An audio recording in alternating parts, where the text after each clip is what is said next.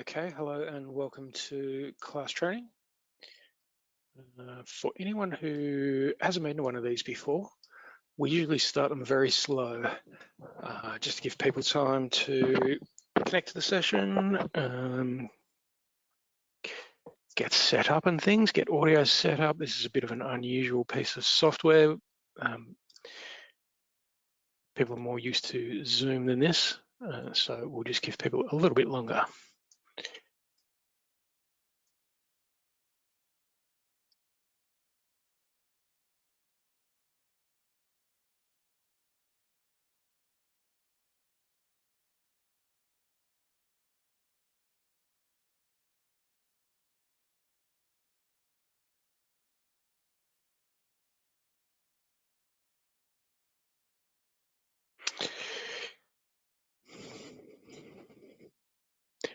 Okay, looks like we've got most people in by now by the looks of it.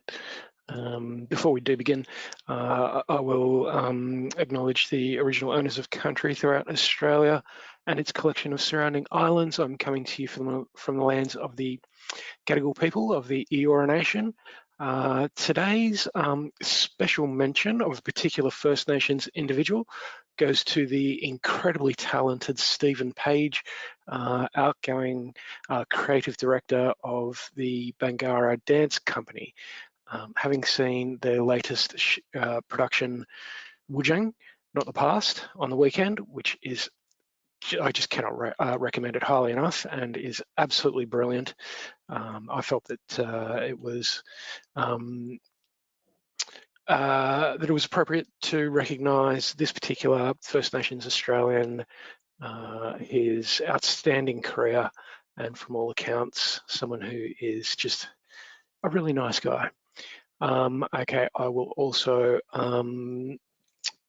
pay respects to any mob with us today, and I'll also pay respects to elders past, present and emerging, and I will recognise that these lands were never ceded and that sovereignty was never extinguished. Okay, a little bit of housekeeping. This software doesn't let you unmute yourself, so if you do have a question, pop it into the questions section of your control panel. This session is being recorded and we'll do our best to get it on our website by the end of the week. Okay.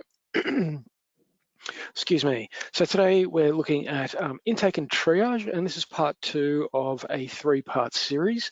Last week we did the big epic session, the full general user, new user session. So today we will be repeating some of that content today, but we'll be going a bit slower. And trying to get into a bit more depth. I know yesterday we went through a lot of content and some of it a bit quickly. So today we'll try and slow down, go through things in a bit more depth. Also next week we'll be going through client services and actions, which is mostly focused on actions.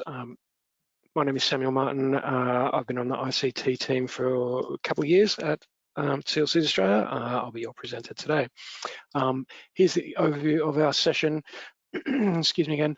We'll start with the new intake method.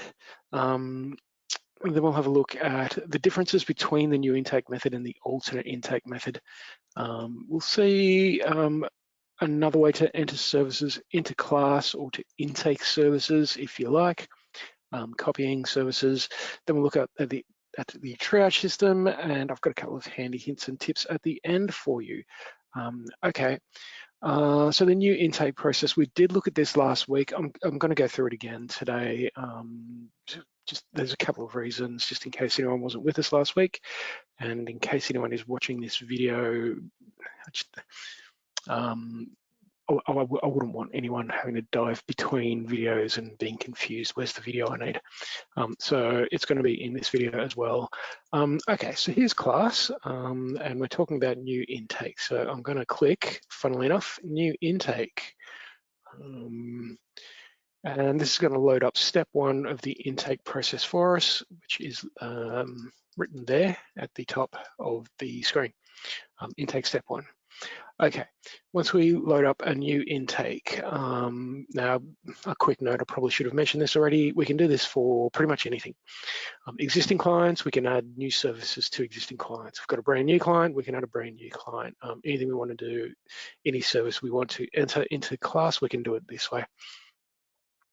Now, the first thing we need to do once we load up a new intake is to choose a service type. It's highlighted in that very nice pink color, which makes it stand out. It makes it stand out, so it obviously makes it looks like it's pretty important. So that's probably the first thing we're going to need to do. So a service type. Now, I did go through service types a little bit last week. You'll probably know which service types you're dealing with. I'm going to choose other representation today, just at random, really. The date of service you can change if you want to. I'm just going to leave that as it is at the moment as well. As I was saying last week, funding categories, you would probably know more about those than I do, so I'm just going to select one at random. Problem types, I don't know why this autofills the problem types. I will show you anyway. So once you click on that little icon, I think it's a magnifying glass icon, it loads up the problem type screen, and it's pretty big. Now I'll show you down in the bottom left here, it says page 101 and there's 200 items. That's a few problem types to choose from. So a couple of ways to find them if you're looking for them are to do searches on these columns. We've got 4 columns there. So maybe we know that we're looking for something in the family law space, or what's the one? I'll go civil. It's a civil law matter that we're dealing with, and maybe it has to do with, let me scroll down, something to do with someone's will. There's the contesting of a will or something, as an example. So we've done a search for civil that dropped the number of problem types down to however many that was. Now we've put in wills. Anyway, that's brought it down to 4 problem types. So that's a good way to find the problem types that you're looking for. Also, excuse me again, this field is a multi-select field. So we can choose as many of these problem types as we like. And our recommendation for you from CLCs Australia is to choose every single problem type that is relevant to the issue you are assisting your client with. I'm just choosing all of those at random, and I'm just going to press that button, select here, or whatever it is to select those problem types, and they'll be listed there. There's the button to open the problem types thing. Okay. Outreach, you can select if you want to. Now, the difference between a single select and a multi-select field is displayed right here. The problem type field is multi-select. You can select multiple options. The outreach field is a single select field. You can't choose more than one option there. You can only choose one. Your office location will probably be auto-filled, but you can select it or change it if you like. And then a couple more fields here, interpreters and things. Then we get to assign to. Again, you'll click that little icon, the magnifying glass icon, to select someone to assign this service to. Excuse me. Now I'm just going to select myself. Now, every organisation, all the different centres will have different policies around how things are assigned. I'm sure you probably know what they are. Your class administrator would be the person to help you out with if you need to know what that is. Now, service keywords, there's no hard and fast rules on keywords.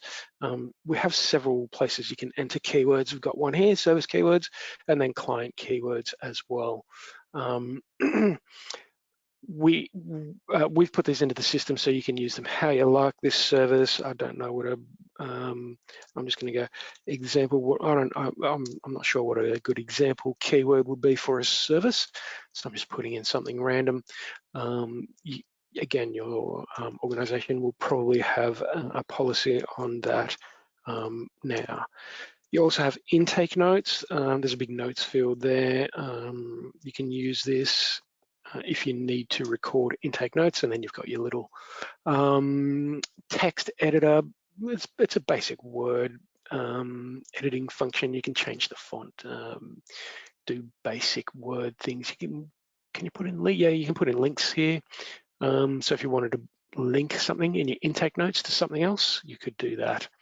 So that's the left side of this page done.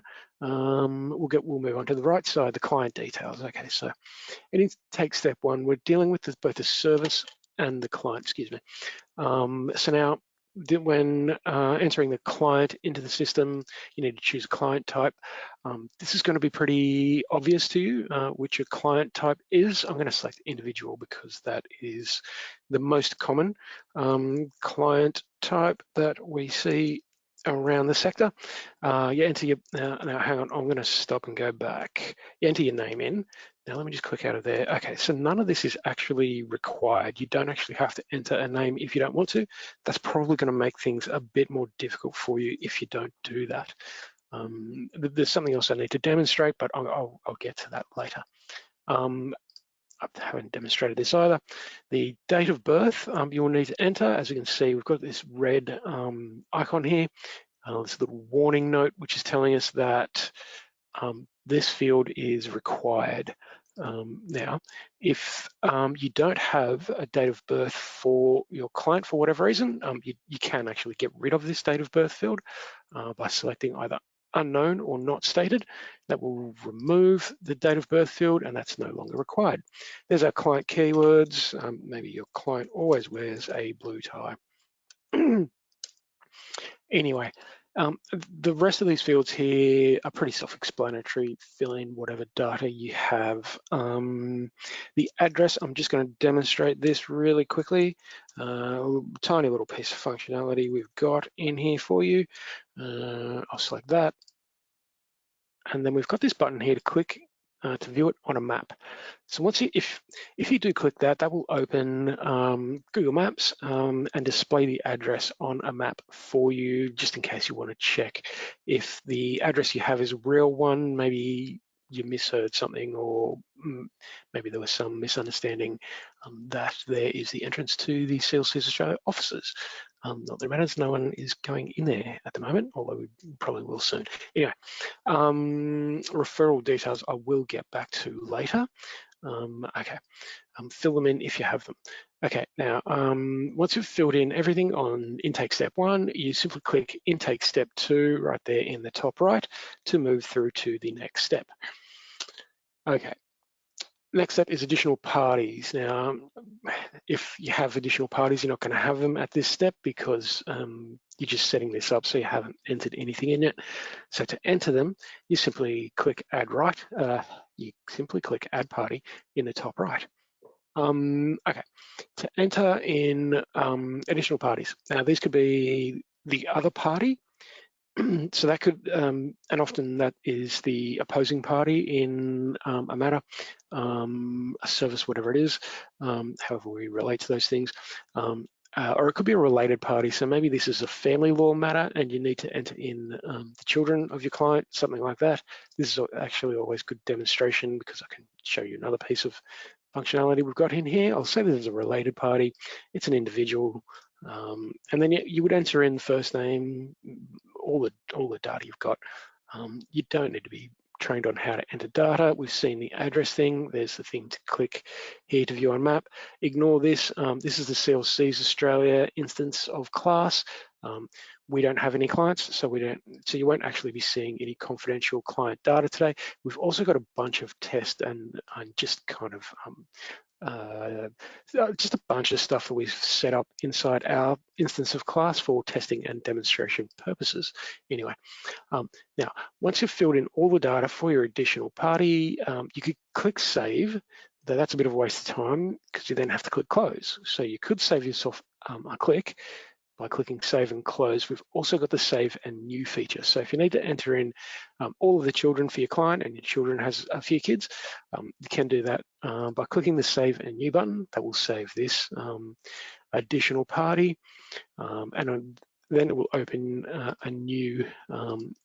brand new one of these windows for you, and you can move through and enter in the second kid and keep clicking Save and New until you've got all the kids listed. Then you can click Save and Close, and all of those additional parties will be listed. Now, we've also got the Conflict Search and Filter button here. Oh, it's more of a link than a button.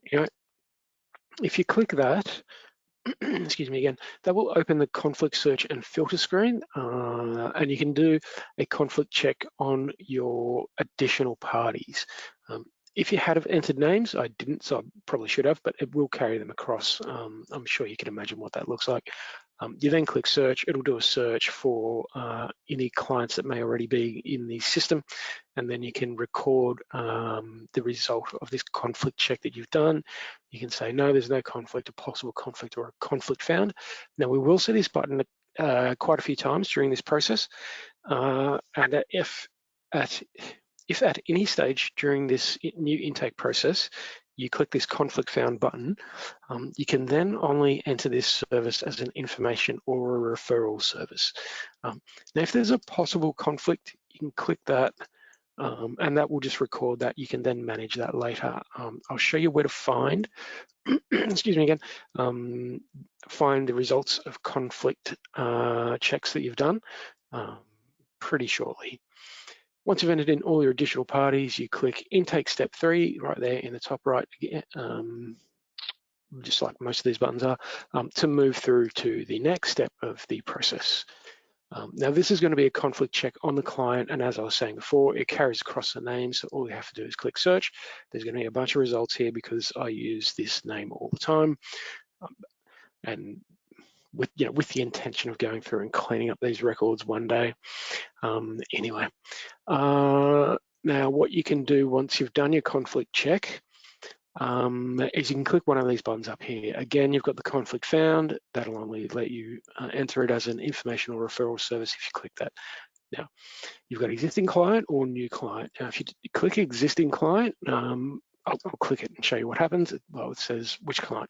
It's asking you which one of these is your existing client. You need to select one and then click existing client.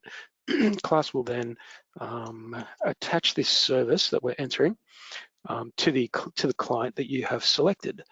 Now I'm going to click new client just for demonstration purposes. Excuse me for a second, I seem to have a bit of a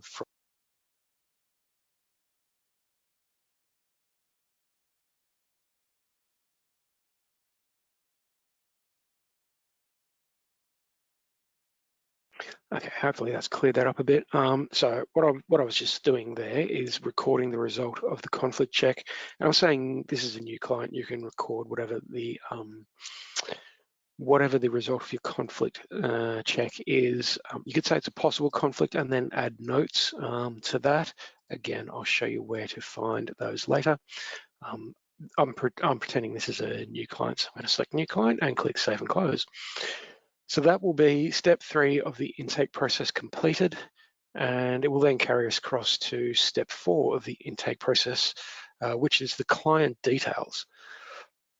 So with this demonstration, I've been saying this is a new client, so I've just entered this client into class. This client didn't exist in class before, so now I can fill in all these fields, the client's gender, family type, all of these bits of demographic data. I can fill in all of that, the income details. All of these fields can be filled in during this step. I will just quickly show you flagging flagged. I'll mention it now and then maybe show you more about it later. Or should I go through the entire thing now? I'll go through the entire thing now, flagging. We've got a checkbox there flagged so that you can flag a client. Now, again, this is another one of these pieces of functionality in class that doesn't have a set way to be used. We put that in there for centers to be able to use however they want. There are pretty obvious reasons why you would.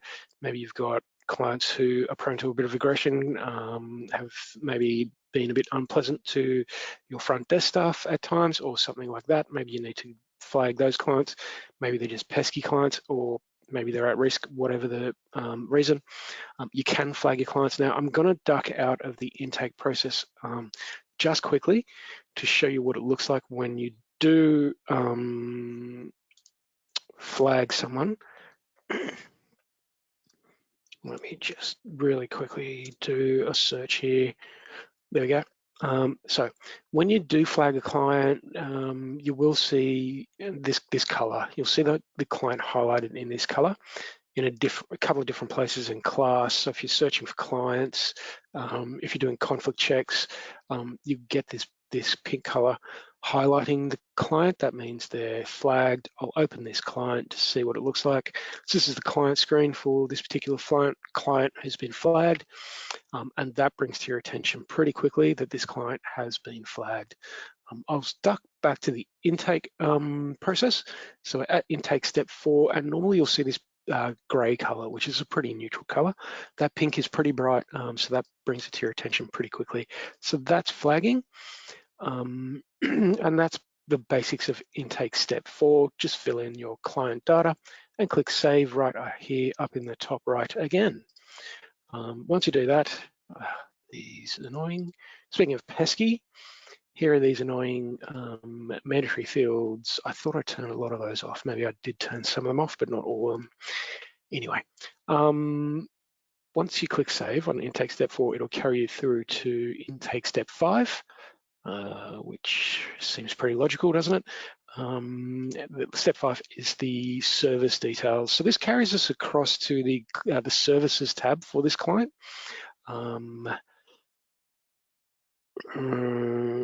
Yeah, and as you can see, sorry, I just had something in the back of my mind. Never mind. As you can see, this client, not this client, this is a service. This service is now highlighted in green. Now, anytime you see a service highlighted in green, that means that this service needs attention. Now, we've just entered this one. So I'm going to click there to show you it's the service ID column. You click in there to open the service. Now, if you do want to see the conflict checks that were done on this service, you could view them here. So now what you would do is open the client, maybe go to search clients, put their name in, find them, come across to the list of the services that the client has, and then you can click here, view conflicts to view the records of the conflict checks done on this particular service, and there they are there. There's the information for those. And you can add a new conflict check if you've done one. You can export the list of conflict checks. I'm just going to close that for now. We're not really going through that functionality today. So I'll click across to the service so we can see it. And again, this is pretty self-explanatory. The reason this service was highlighted in green and needed attention is pretty obvious. It's got a couple of mandatory fields here that must be filled in, so you'll need to go and fill in those any required fields before you can save this service, which will bring you to the end of the 5-step new intake process. Okay, I'll click save, and that will save that record for us. So that's the new intake process. Excuse me. Now, your center or organization may not be using this at all. We do these training sessions so that we can demonstrate the 2 different intake methods, we call them, in class, and so we can show you the difference between them. So I will do that now. I'll flick back to my slides, just, I don't know why. Just so I can show you that we're going through alternate intake. So this is the other way to enter services. Now, a quick note for you here is that the new intake method is the officially recommended method from CLCs Australia, and the reason for that is that it has the conflict check built in. I'm just going to close this. I'll close that. That's all done. We've done that new intake. All good. So I will show you the alternate intake method, which may be what your center uses. Your center may have a policy to use one or other of these processes. If it is the alternate intake method, this is how it works. Going back to that note I just mentioned, this is not the officially recommended method, but you can use it. It's there for you to use if you want to. The reason it's not recommended is that it doesn't have a conflict check built into it. And conflict checking is very important, so that's why the new intake method is recommended. because with this method, you need to remember to do your conflict checking yourself.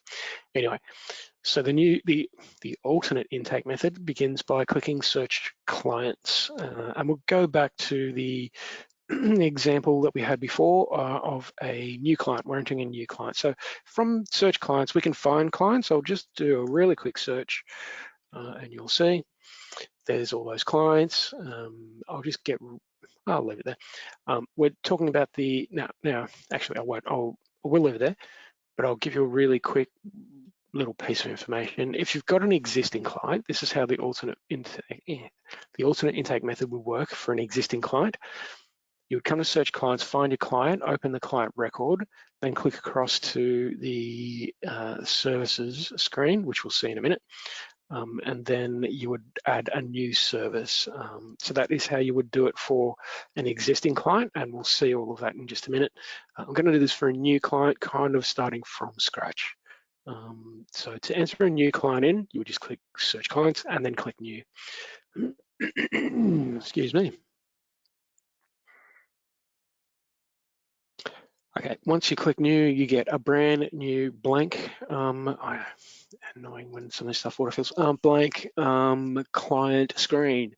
Now the client ID is going to be auto-generated. That's what you want. I don't know if you can change it. No, you can't change it. That's good. It's going to be a full client. I'll come back to that later. So then we need to enter the client type. Again, I'm going to select individual. I know there are centres or organisations who work with government agencies and et cetera, mostly it's individuals, so I'm gonna stick with that demonstration. Now, as you can see with the first name and last name fields, only the last name field is required, and there's a reason for that. So in society, there are some people who are mononymous. They only have one name. So the official recommendation from the government, I just read about this the other day. I usually say it's from the AGD, but I think it might be from the Department of Home Affairs. I'm not sure, I can't remember. Anyway, excuse me again. Someone recommends that if you have a client with only one name, you enter it into the last name field. Excuse me. It's probably AGD. Anyway, that's what you do. Now, I'm just going to tick that because that's required. Get rid of it. Now, again, you probably don't need training on how to fill in fields. Notes, these will be client notes if you fill those in. All right, just checking something. All right, yeah, so you come through and you just fill in the fields that are required. Again, if you don't have a date of birth, you can click unknown or not stated to get rid of that field. So that's basically entering in a new client using the alternate intake method. There's not a lot to it. Probably not much more I need to demonstrate to you here, so I'm simply going to click Save. You could click Save and Close. That's going to enter in a new client to your system with no services attached to them. Probably not great, so I don't know if you want to use that or not, up to you. Maybe that is how your center works. So I'm going to click Save, and it's then going to produce for us a bunch of new tabs across here. We've seen these before. There they are. So we can add additional details for the client. We'll be going through that next week, so I won't go through it today again. The documents and client audit we went through last week. I won't go through that again today. The client services are what we need. So if you're entering in a new client and you need to enter in the service that you provided to that client, using the alternate intake method, this is how you would do it. So again, the process is search clients, click new, enter in the client details, come across to the services screen and then click new. Funnily enough, that'll open a new tab up the top here. It's got the client details there, and then we'll have the service details here. And then you simply enter in the information or the data that you have for the service. Again, the service type is highlighted. So that is going to be the first thing you probably want to focus on. And then all of your required fields will pop up with that nice bright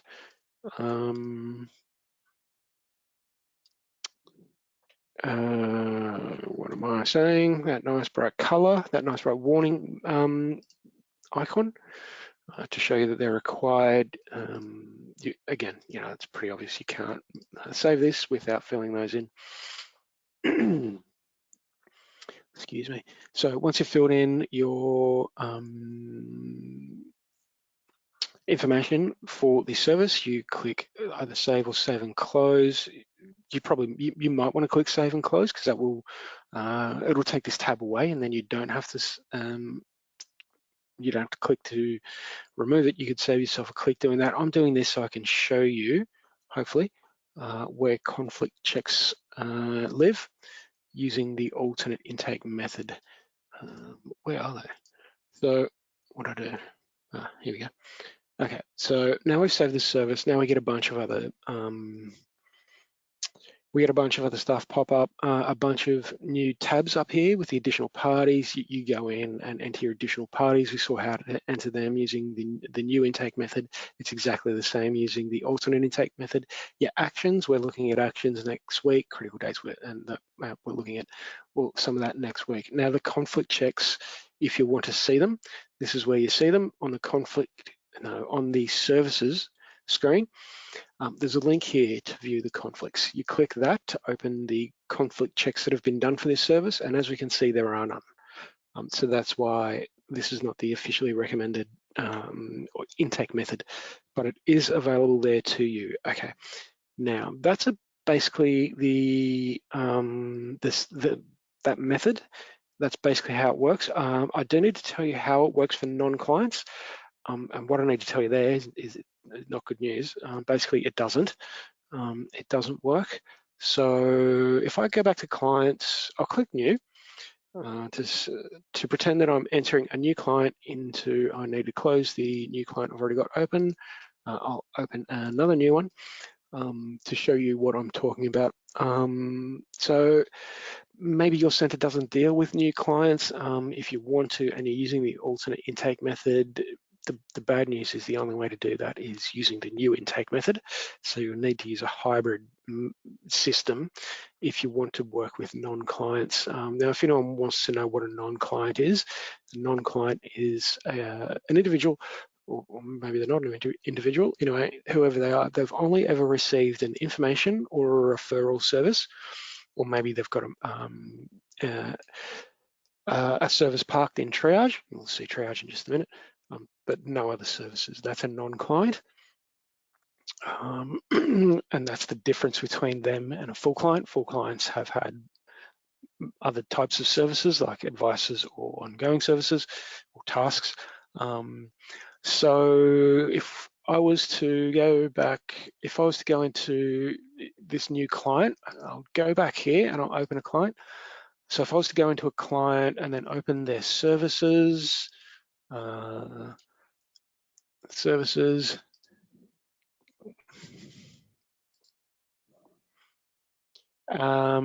click new, okay, new service. There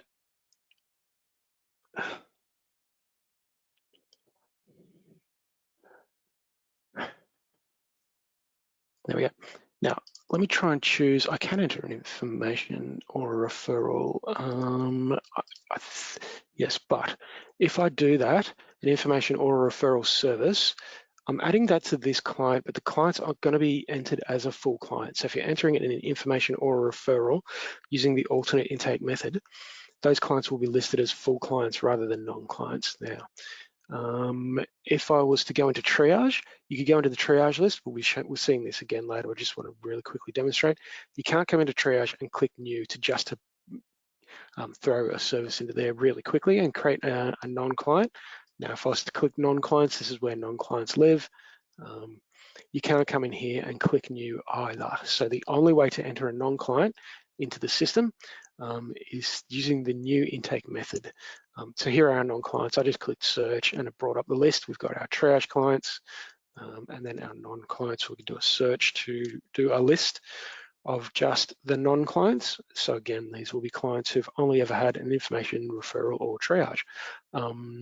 Yeah, so if you do want to work with non-clients, the only way to do that is you click new intake, you put in an information or referral service for them, or you put one into triage. that will create them as a non-client, and you can then later convert this client to a full client if you want. You would simply click there to open the client record. So this is going to be a non-client record, and you can convert this client category. There we go, non-client. Now what I can do is click convert.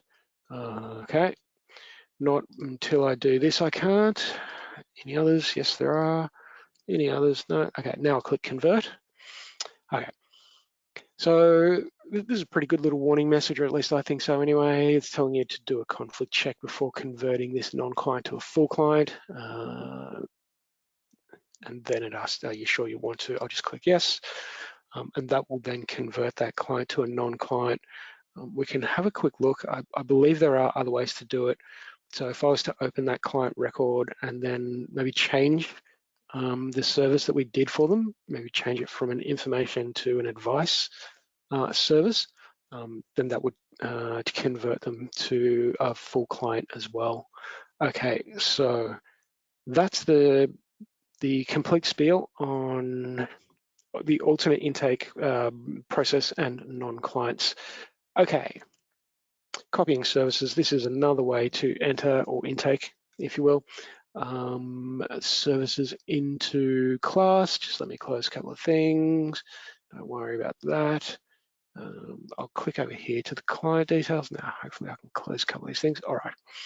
So I'm in a client record. Here's the client screen, and I'm in the list of services. Now, what I can do is simply copy this service. I'm just going to flick back. Now, this copying service is nice and quick and easy, but there are a couple of things to watch out for. I will show you those right now. So it is quick and easy. All you really have to do is select the service you want to copy. Maybe you had a client who had some advice, they went away, actioned your advice, and then they've called you back and said, I need more advice. And then they got more advice, so you need to enter a second service. That's just a pretty basic example of why you would do this. You come in, find the service you did, select it, click copy again up here in the top right. Now, this says you're creating a new service with all the same details and additional parties, and the process can't be reverted. Now, some of the details for the service aren't actually copied across, and those are the things to watch out for. We'll go and see what those are in a minute. Process can't be reverted. Well, you could always delete a service, so it kind of can be, but anyway. Do you want to continue? I'm going to click yes, and it's going to create a new service for us, which will be highlighted in green. Again, that means this service needs attention. Now, this service open date is the 8th of the 2nd. That's today. So that's the one I did earlier. Okay, all right. This one doesn't have an open date, so that's kind of a bit of a clue, although the bright green highlighting should be enough of a clue, but just if you do need to find them, you might want to check the open date column.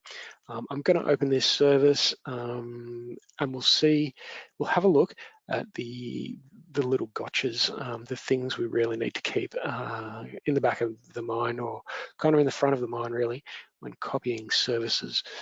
So it's going to be, once this loads, fields like assigned to. Where was the one? I'll come back to that one. Assigned to, I don't think those are copied across because you might want to assign this to a different solicitor to work on for whatever reason. You probably don't want to be copying across the assigned to. You might have, then a solicitor's maybe going, why has this been assigned to me? And well, it hasn't, it was copied across the assigned to. We don't want that, so that's not copied across. Created by, also not copied across. The reason for that is pretty simple. The person who entered that previous service may not be the same person who's entering this service. And the open date, which is required, also not copied across because it's probably not going to be the same date of service. So we don't copy across that information either. There's 3 examples. There may be more fields, so you might want to just be careful of that. When copying services, I can simply click save and close. That will save that service. It is much quicker than going through a new intake. It's quicker than using the alternate intake method. Again, there are a couple of little things to be careful of though. That's the basics of the copying services thing, again, I said this last week, and I wish that would remove that highlighting, but it doesn't. So if you're wondering why is that still highlighted, it doesn't need to be. Class, I might get that fixed one day. Anyway, that's the basics of copying services. Triage, of course. The only way to do triage is through a new intake. So we've had a lot of centers. So last week we went through creating and converting them, and we've had a lot of people come back and say, we want to use triage, we think it's great, but we don't know how to enter demographic data for the client once we've put a service for them into triage. So I'll show you how to do that.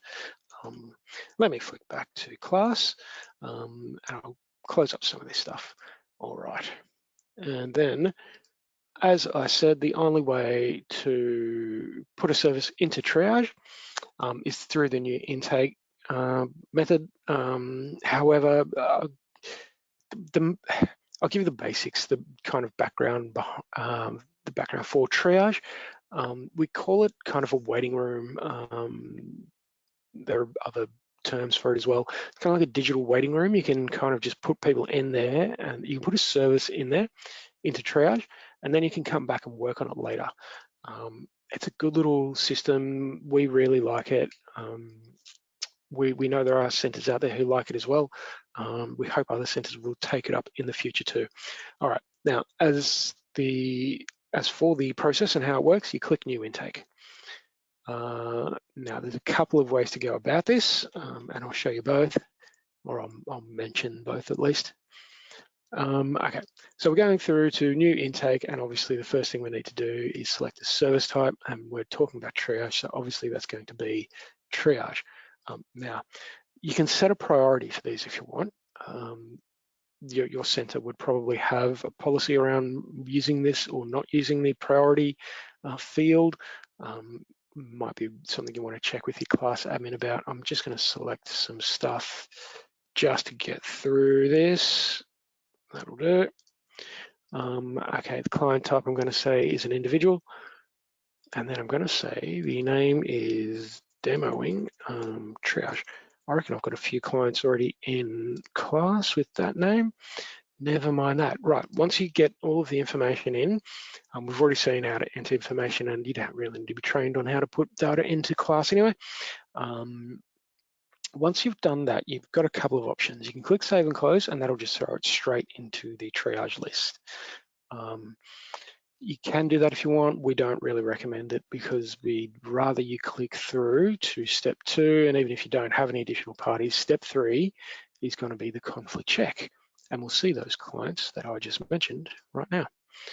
Oh, there's one. All right, so you can add a new service into the triage list for an existing client if you want. Maybe it's a new client, save service, existing client. Right, you can just click save service to say that this is a new client once you've done your conflict check.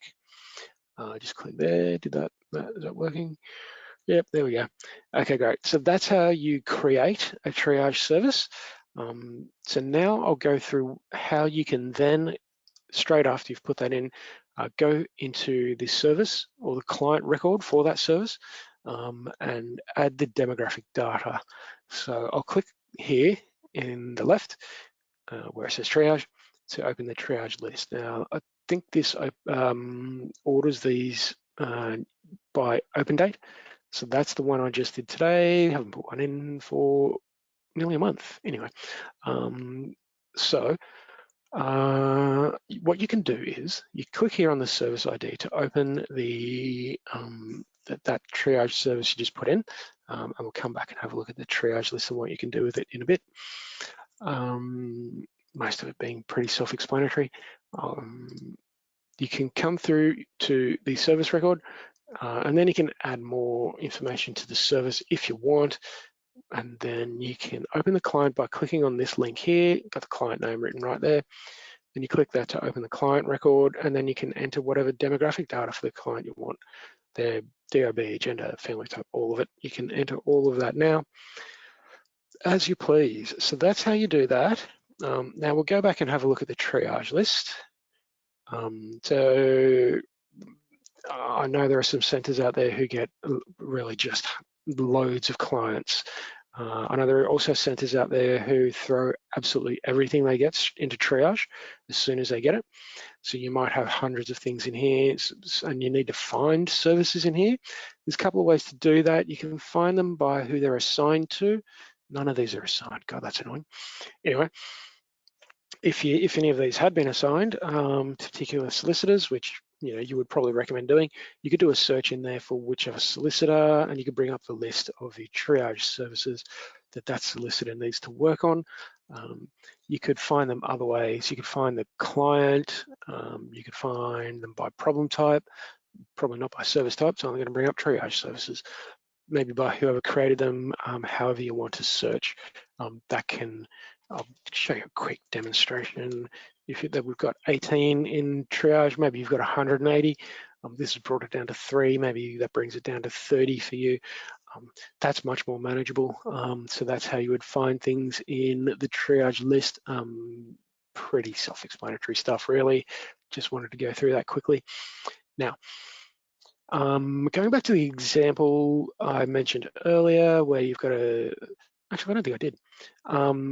Anyway, if you've got a service in triage, and then the reason you had that in triage is because the client was waiting for their appointment with their solicitor, and then the client has had their appointment with their solicitor, and you know that the solicitor gave that client advice or have decided that this client needs representation and will represent the client, then you can come through, find your service. You can open it up by clicking the link in the service ID column, and then you can just come through to convert that service to anything you want. We're going to have to represent them in court or a tribunal. We gave them legal advice. You change your service type, and then now this will be a good demonstration. I'll click save, and it'll say you can't save it because I haven't filled in the required fields again. Okay, just bear with me while I do these really quickly. They can be a bit pesky, can't they? I really should go and turn some more of these off. Okay, now we've done all that, we click save, and it's still going to tell us no, you can't. To change this to a triage service, you have to use the conflict check button. So if you are converting triage services from triage to anything else, the way to do that is to click conflict check, then run through the conflict check process. Search for client names. Do we have any conflicts here? And then whatever you record this as will be recorded in class as well. Again, if it's a conflict found, it can only be an information or a referral service. The demonstrations today have all been for new clients, so I'll click new client for no particular reason. And then I will record the result of my conflict check. And then I will save that. And then class will it'll save this service as a legal advice service listed against that client. And as we saw, I was wrong about that. You don't actually have to record the result of that conflict check. I believe class will record that as a new client is the result of that conflict check. Class will do that for you. Okay. I believe that is the full demonstration of the triage system. Okay, where are we? 10 to 3. I might be able to hand you back some of that 90 minutes that we had scheduled in for today's session. Fingers crossed, hopefully I can do that. So that's triage. It's only through new intake we created one, we added data later, and we converted one. Just double checking that myself to make sure I didn't miss anything. Let's skip through. So I want to talk about data collection. So I spoke about this briefly last week. I want to expand on that a bit more. So data collection is important, and there are a number of reasons for that. So as your national peak body, CLCs Australia use the data that you put into class. We use it to advocate on your behalf. Now, I would find it pretty difficult to believe that anyone working in our sector would be unaware that our sector is pretty badly underfunded. So we use the data in class to go to policymakers and tell them that our sector is struggling because we don't have enough funding.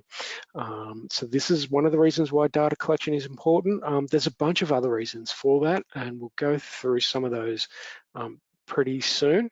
I'm going to show you a list of fields.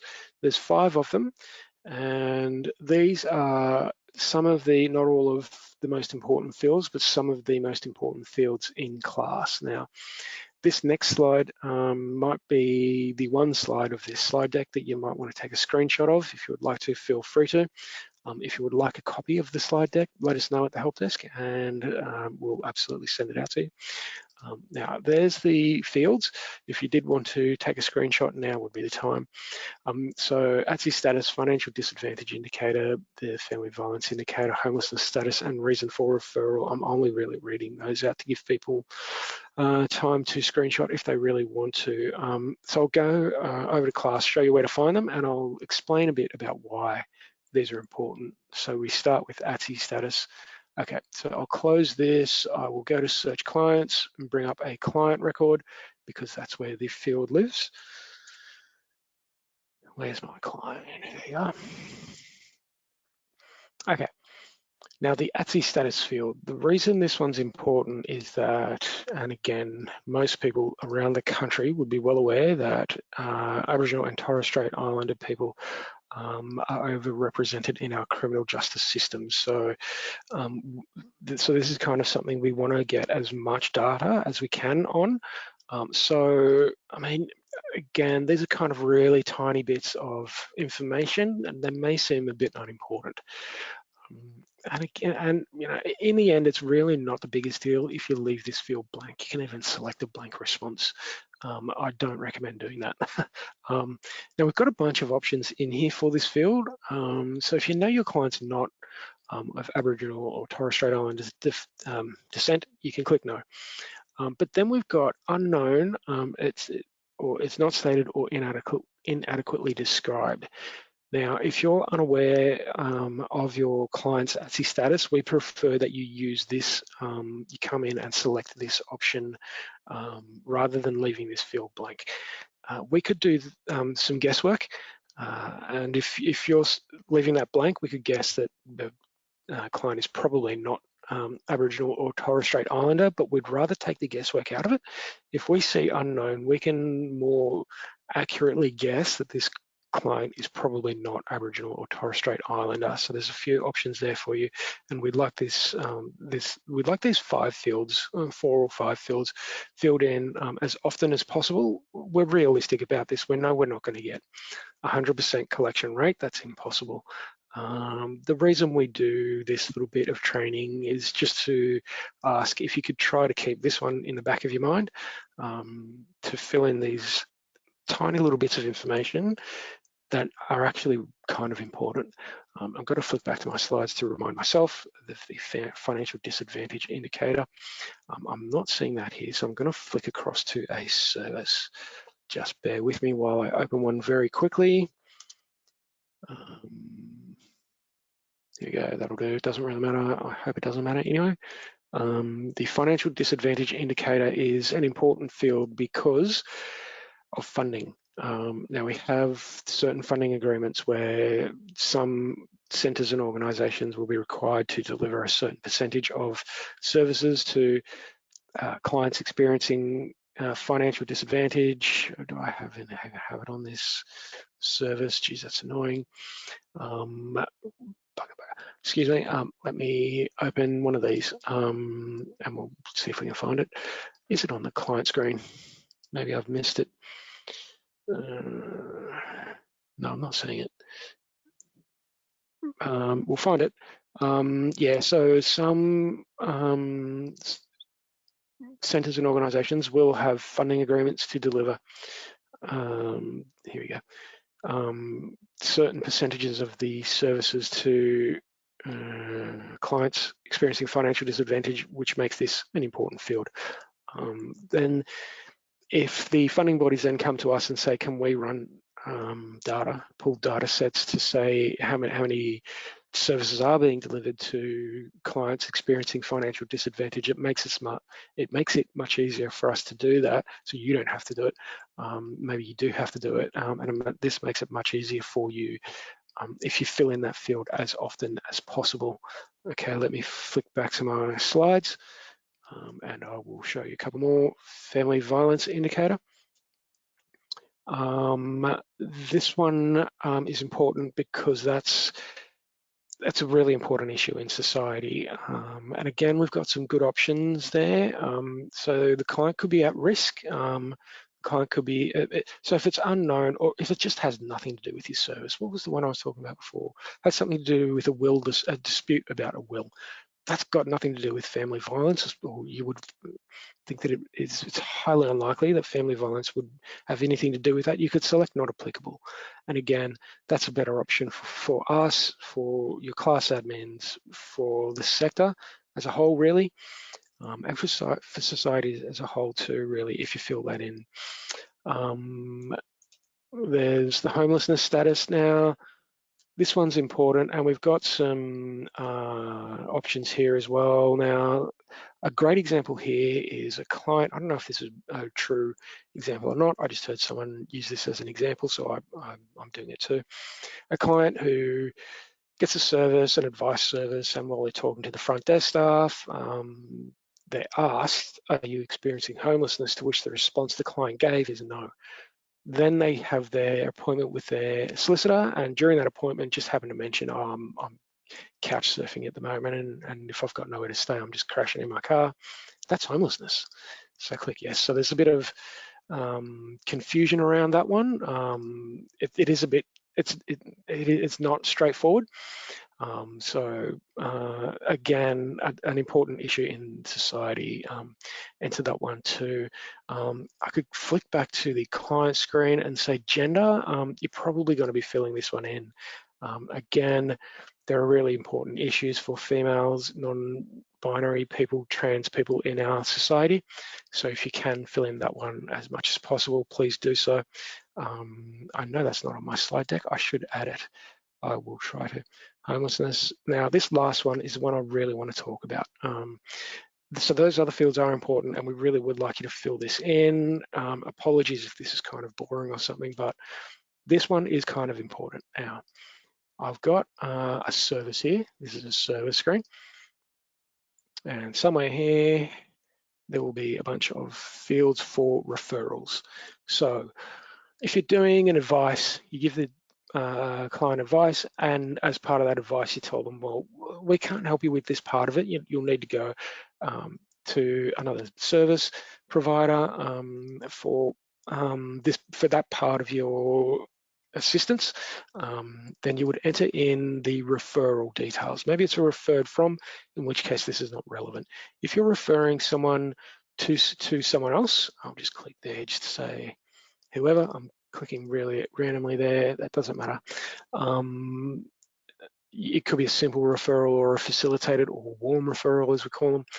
Either way, we've got this reason for referral field, and this is one of the important ones. This may well be the most important field in class. And the reason for that comes back to funding again. Now we've got a whole bunch of options in here. They've already got a private solicitor, there's a conflict. They're eligible for legal aid. There's a whole bunch of them. There's a couple in here that are really important. The centre does not have capacity to deliver discrete service or ongoing service. Whichever one the client needs.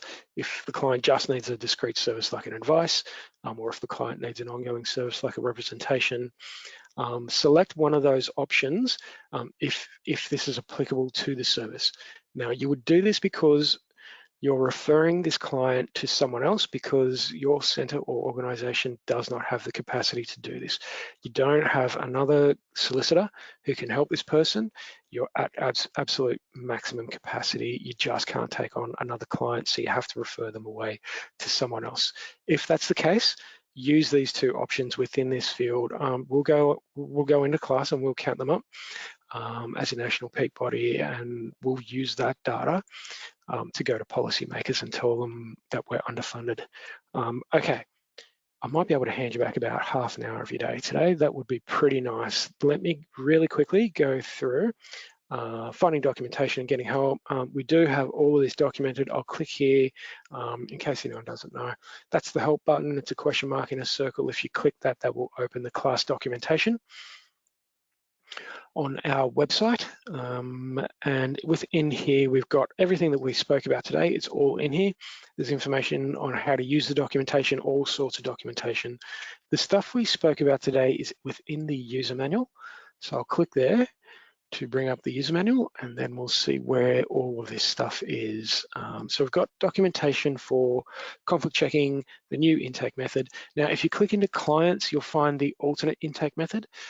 It's in there somewhere. Just going to wait for this to load. Come on, please. You won't go on. There we go. There it is, alternative intake process. So that's that one there, and then we've got triage. It's a bit further down, but it's in there. That stuff on that, the little handy hints and tips or whatever I call it, at the end, the data collection stuff is not really in there, but we do have the data consistency guide for you if you want to know more about data and how to enter it into class. Now, if you need to know more and you're looking through the documentation and you're not finding what you need, we've got help and support down here at the bottom of this right-hand side navigation menu within the class documentation. If you click on that, that will show you all the options you have to get help from the class help desk, and we're happy to help you anytime you like. You can email us at icthelp@clcs.org.au. That will send an email through to the help desk and you will get a response for any of your questions there. We've also got the class portal. So this is, that's not, this is, what's the, I think it's classhelp.clcs.org.au is where you find the help desk portal. The good thing about this is that you can keep track of all your requests with the help desk in here. You can come through to requests and see all of the ones that you have with us, or you can set up a new one. It might be something to do with class or LexisNexis, the NAS portal, or maybe just some general whatever. You could come in and say it's about class.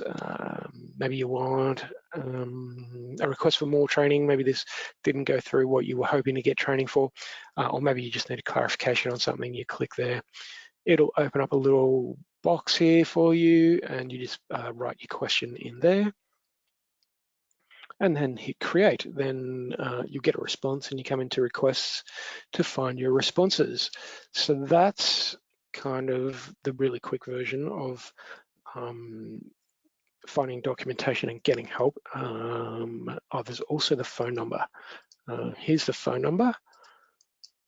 If my mouse would work, there it is. Yeah, the phone number if you want to call us. We've actually had some staff leave, so you may not get through on the phone line. If you don't leave a voicemail, we do check all of them, and we do respond to everyone who leaves a voicemail for us. That's basically it for finding documentation and getting help. If you do want to contact us, email, portal, phone, please do so. We're happy to take your questions at any time. I'm not going to go on too much more about this. I'm just going to say thanks. I hope this did help, and I'll hand back about 25 minutes of your day.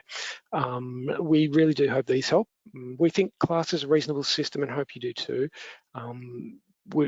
This is why we do these training sessions, is because we know class is not super intuitive, but we want to get people trained so that they know how class works. Okay, so thanks from us at CLCs Australia today. Have a nice afternoon, and bye for now.